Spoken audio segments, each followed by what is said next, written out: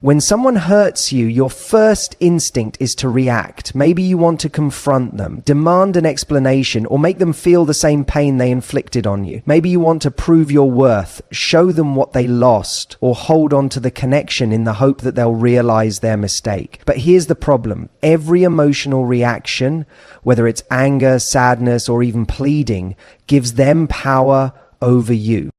People expect you to react. In fact, many thrive on it. They know that if they push the right buttons, they'll get a response. And as long as they can predict how you'll behave, they can control the situation. But what happens when they don't get that reaction? What happens when they expect pain, frustration, or desperation, but instead they get nothing? That's when the dynamic shifts. That's when they start feeling something they weren't prepared for: uncertainty.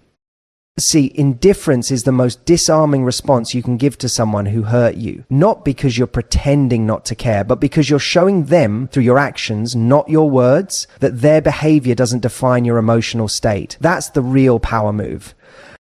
Think about it. If someone pulls away hoping you'll chase and you don't, who's left wondering?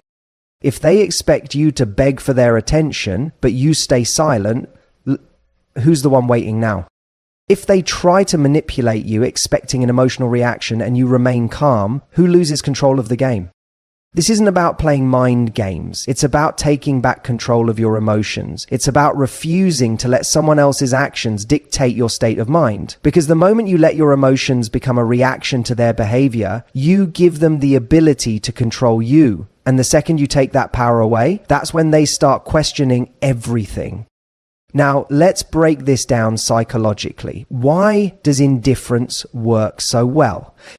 First, it disrupts the pattern. Most people hurt others and expect a familiar response, whether it's tears, arguments, or an attempt to fix things. That predictable response feeds their ego. It reassures them that they still have some level of influence over you. But when they don't get that, when you break that pattern, their brain doesn't know what to do with it. That's why it's so unsettling. It forces them to sit with their own actions instead of distracting themselves with your reaction. Second, it removes the emotional reward. People who hurt you, whether intentionally or unintentionally, often get some kind of psychological payoff from it. Maybe they feel powerful knowing they can affect you. Maybe they enjoy feeling chased. Maybe they just want to feel important in your life. But when you refuse to engage, when you act as if their actions are irrelevant to you, that reward disappears. And without that emotional payoff, they start questioning their own impact. But let's be clear, this isn't about suppressing your emotions. It's not about pretending something doesn't hurt when it does. The goal isn't to be numb. The goal is to process your emotions without making them public currency, without handing them over to the person who caused them. Because the moment you do that, you turn your pain into a conversation instead of keeping it as a personal experience. So what does indifference actually look like in practice? It looks like not explaining yourself when they suddenly decide to come back. They don't need to know why you're moving on. Your silence says everything. It looks like not trying to make them feel guilty. Guilt is still a form of emotional engagement. The more you try to make someone see your pain, the more they know they still have a hold on you. Instead, let them wonder why you're not bothered. It looks like not posting things just to get their attention. If you're still shaping your actions around what they might see, they're still in control of your behavior. True indifference means you post, dress, live, and act for yourself, not as a strategy to trigger a reaction from them. And most importantly, it looks like not needing closure from them. Closure isn't something someone else gives you. It's something you decide for yourself. It's when you stop looking for validation from the person who hurt you and realize that their ability to hurt you was never a reflection of your worth in the first place. Because here's the reality. People don't regret losing someone who begs, who chases, who reacts emotionally. They regret losing someone who didn't need them, someone who walked away without looking back. That's why indifference is so powerful. It forces them to see you in a different light. It shifts the power dynamic. And most importantly, it protects your energy. Because at the end of the day, your peace is worth more than proving a point. So, the next time someone hurts you, don't give them the reaction they expect. Give them silence. Give them distance. Give them the unsettling realization that their actions don't affect you the way they thought they would. That's how you truly confuse them. That's how you reclaim your power. When someone hurts you, your instinct might be to respond directly, to call them out, demand an explanation, or try to make them see what they've done. You might want to prove your worth to them, show them they made a mistake, or at the very least, get closure. But the truth is, the most powerful response isn't a reaction, it's elevation. See, when you engage with someone who hurt you, you're still playing their game. You're still operating within the emotional framework they created. Whether it's an argument, a plea for understanding, or even a subtle attempt to make them jealous. All of it keeps you tethered to them. And the more you engage, the more you keep yourself stuck. But when you shift your focus entirely, when you stop trying to get validation, stop waiting for an apology, stop needing them to acknowledge what they did, you free yourself in a way that's far more impactful than any words ever could be. Because the most confusing, most unsettling thing for someone who hurt you is realizing they no longer have any influence over your life. Most people expect a reaction. They expect anger, sadness, or some kind of attempt to regain connection. But when you completely redirect your energy into leveling up, when you start focusing on your growth, your happiness, and your own expansion, it changes everything. Suddenly, they're not the center of your world anymore. Suddenly, they're not as important as they once thought they were. And that realization, that's what shakes them. Because here's what you need to understand. People don't feel the weight of losing you when you tell them what they did wrong. They feel it when they see that their absence has only made you stronger.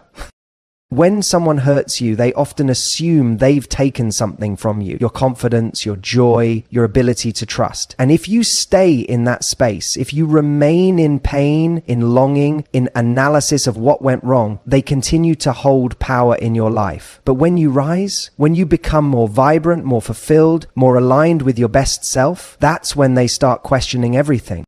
Think about it. Have you ever seen an ex who seems unbothered and thriving, and suddenly you feel an urge to reconnect?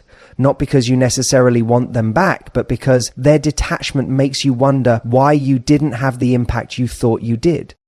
That's exactly what happens when you shift your energy from proving your worth to simply embodying it. So how do you do this in practice?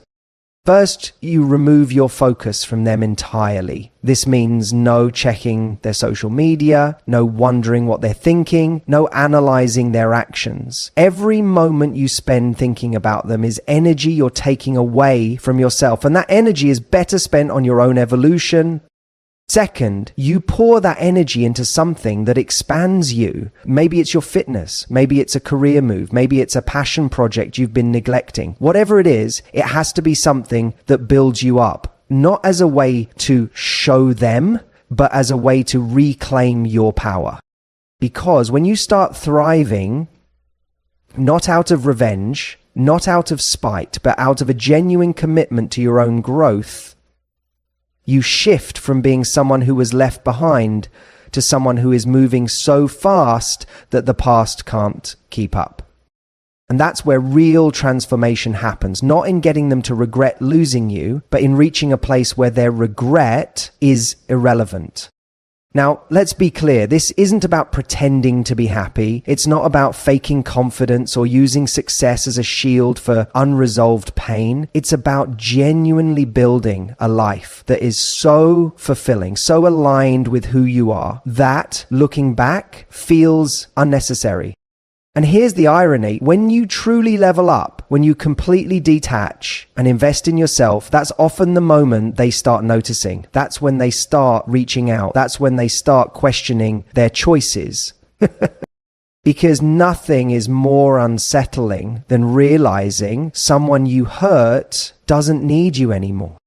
But here's the key. You don't do this for them. You don't level up as a strategy to get their attention. You do it because you deserve the best version of yourself. You do it because every ounce of energy spent dwelling on them is energy that could be used to create something extraordinary in your own life.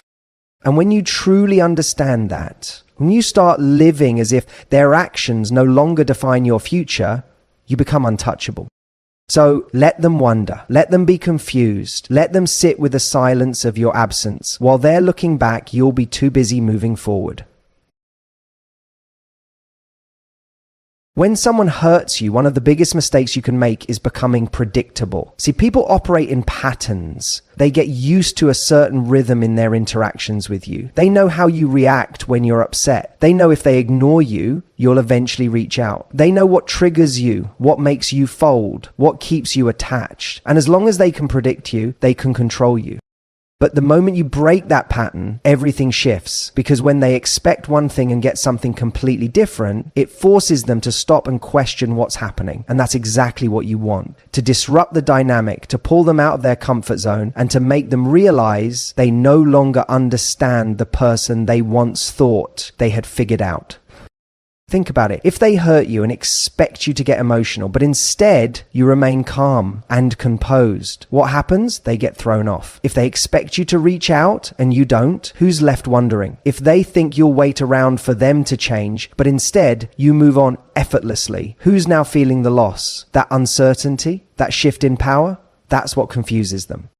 And confusion is powerful, not because you're playing games, but because it forces them to reevaluate their perception of you. It breaks the illusion that they know exactly how much you care, exactly how far they can push you, exactly what they mean to you. Suddenly, they're not so sure anymore. And people fear uncertainty more than they fear losing someone.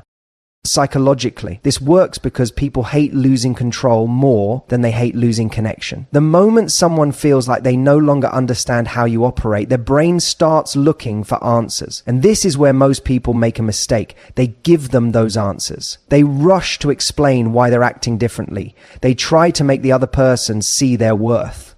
They still, in some way, seek validation. But the real power move is to leave them in that space of uncertainty, to let them sit in their own confusion. Because when someone doesn't understand your behavior anymore, they start paying attention in a way they didn't before. They start questioning their assumptions about you. And the longer they're left without clarity, the more their mind starts filling in the blanks. And that's where the shift happens. When you become unpredictable, you become intriguing. When you no longer follow the script they've come to expect, they start wondering what changed. And the best part, they assume it has to do with them, even if it doesn't. Now, how do you actually apply this? First, stop repeating past behaviors. If every time they ignore you, you chase, stop chasing. If every time they come back, you let them in, stop letting them in so easily. If you usually react to their games, stop playing. The goal isn't to be robotic, it's to be intentional. Second, give them silence where they expect words. Most people, when hurt, feel the need to explain, to tell the other person how much they messed up. But the most unsettling thing is when someone just disappears, when someone you expected to fight for you simply lets you go. That absence speaks louder than anything you could say.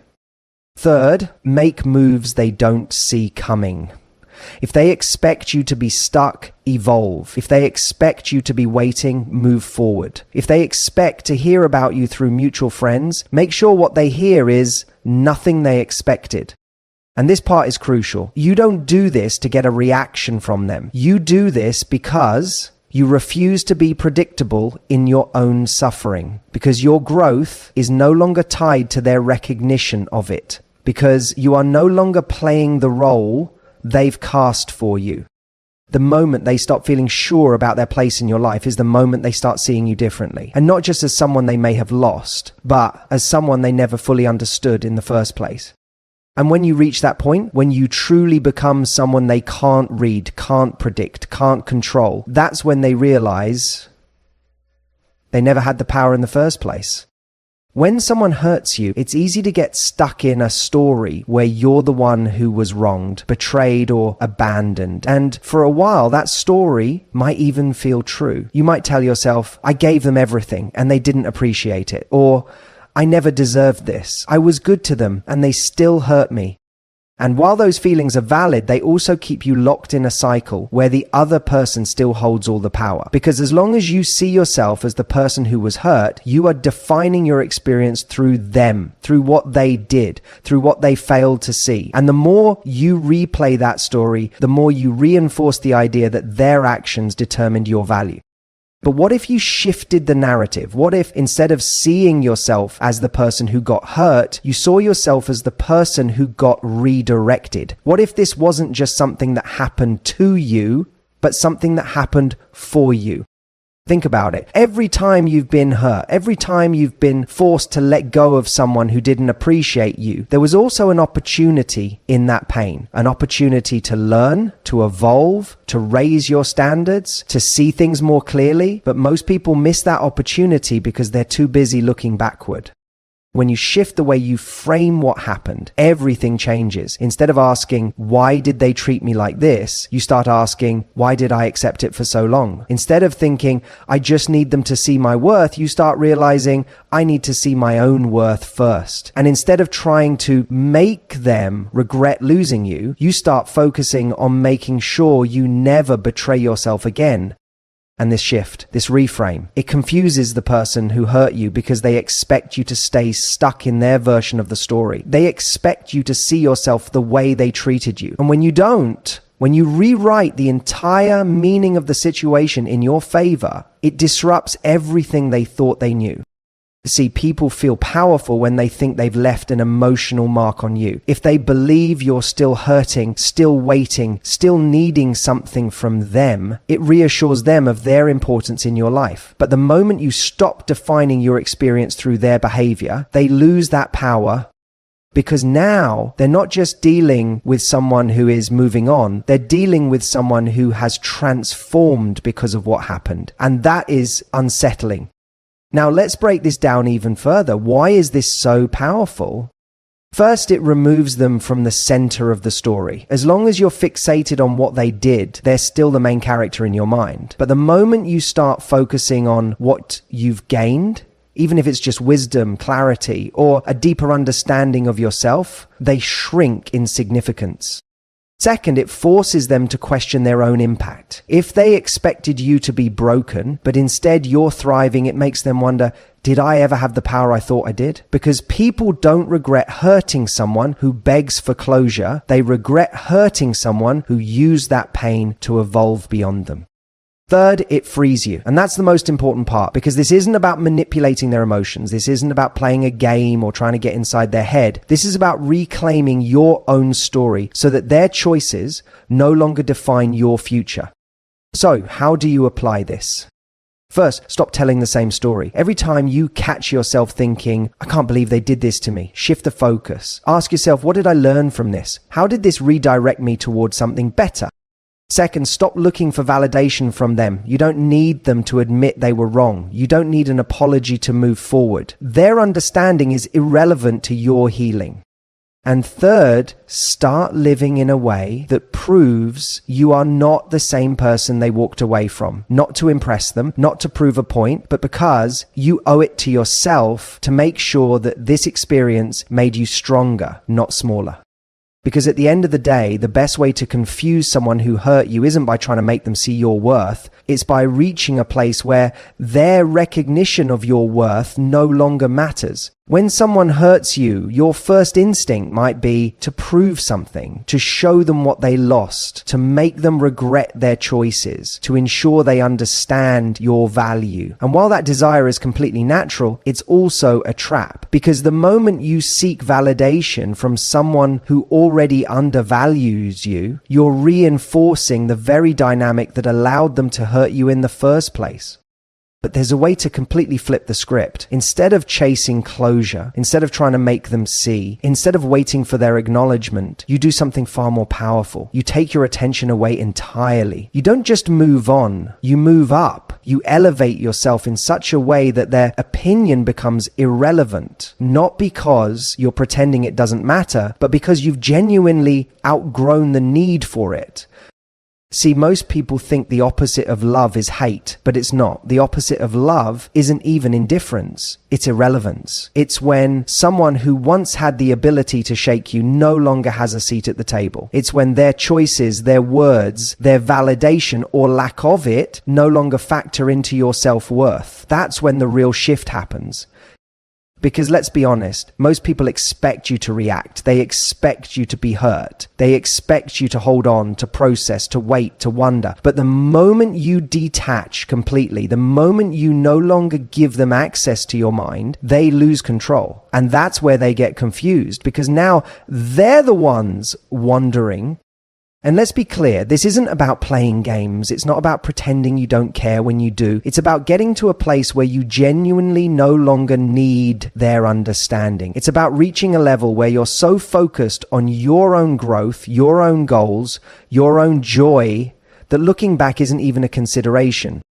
Think about the people who have had the biggest impact on your life, the ones you truly respect, admire, or regret losing. It's never the ones who begged for your validation. It's the ones who, despite whatever happened between you, continued to thrive. The ones who didn't need to announce their success, but whose absence spoke for itself.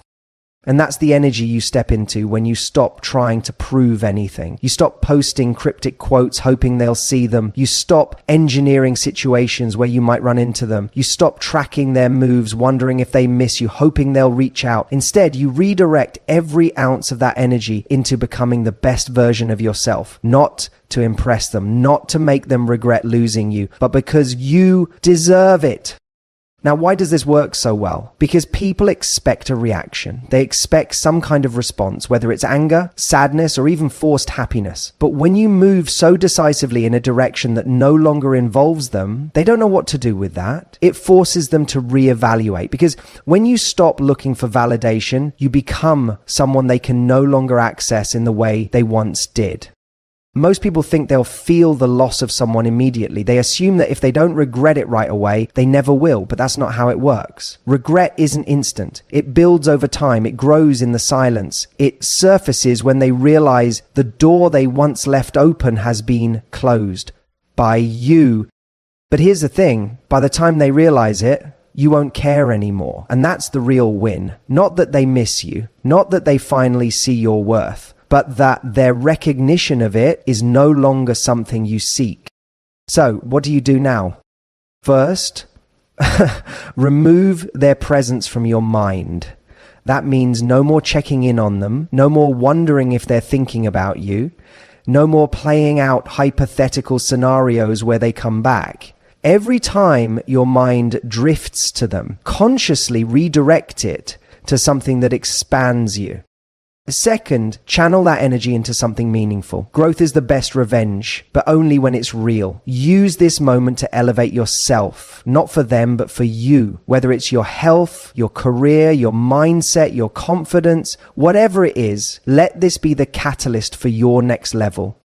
And third, let go of the need for a final scene. So many people stay emotionally stuck because they want closure. They want one last conversation, one last explanation, one last chance to be seen.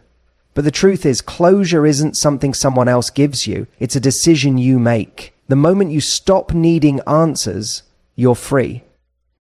Because at the end of the day, the most confusing thing you can do to someone who hurt you is to become so powerful in your own life that their absence feels like nothing more than a footnote in your story. And when you reach that point, that's when you win.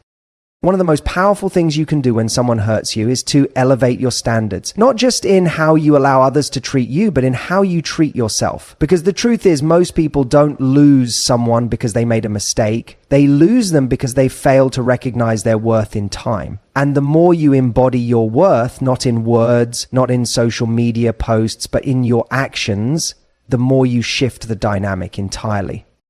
See, when someone hurts you, they expect you to stay in a certain emotional space. Maybe they expect you to be sad. Maybe they expect you to wait. Maybe they expect you to lower your standards just to keep them in your life. But the moment you decide, no, this is not what I accept anymore, everything changes. Because now, instead of being someone they can take for granted, you become someone they no longer have access to in the same way. And that's what confuses them. Not your silence, not your absence, but the fact that you have changed. Because when you raise your standards, you force other people to make a choice. Rise to meet you or be left behind. And many people won't be ready for that. But that's not your problem. Think about it. How many times have you seen someone take a relationship for granted, thinking they could come and go as they pleased, only to realize too late that the door wasn't open forever? That's the effect of someone truly raising their standards. It's not about punishing the other person. It's not about making them regret their choices. It's about refusing to negotiate on what you truly deserve. And the best part? When you commit to this mindset, you don't just confuse the person who hurt you. You transform yourself in the process. Because this isn't about getting a reaction from them. It's about ensuring you never again put yourself in a situation where someone has the power to hurt you in the same way.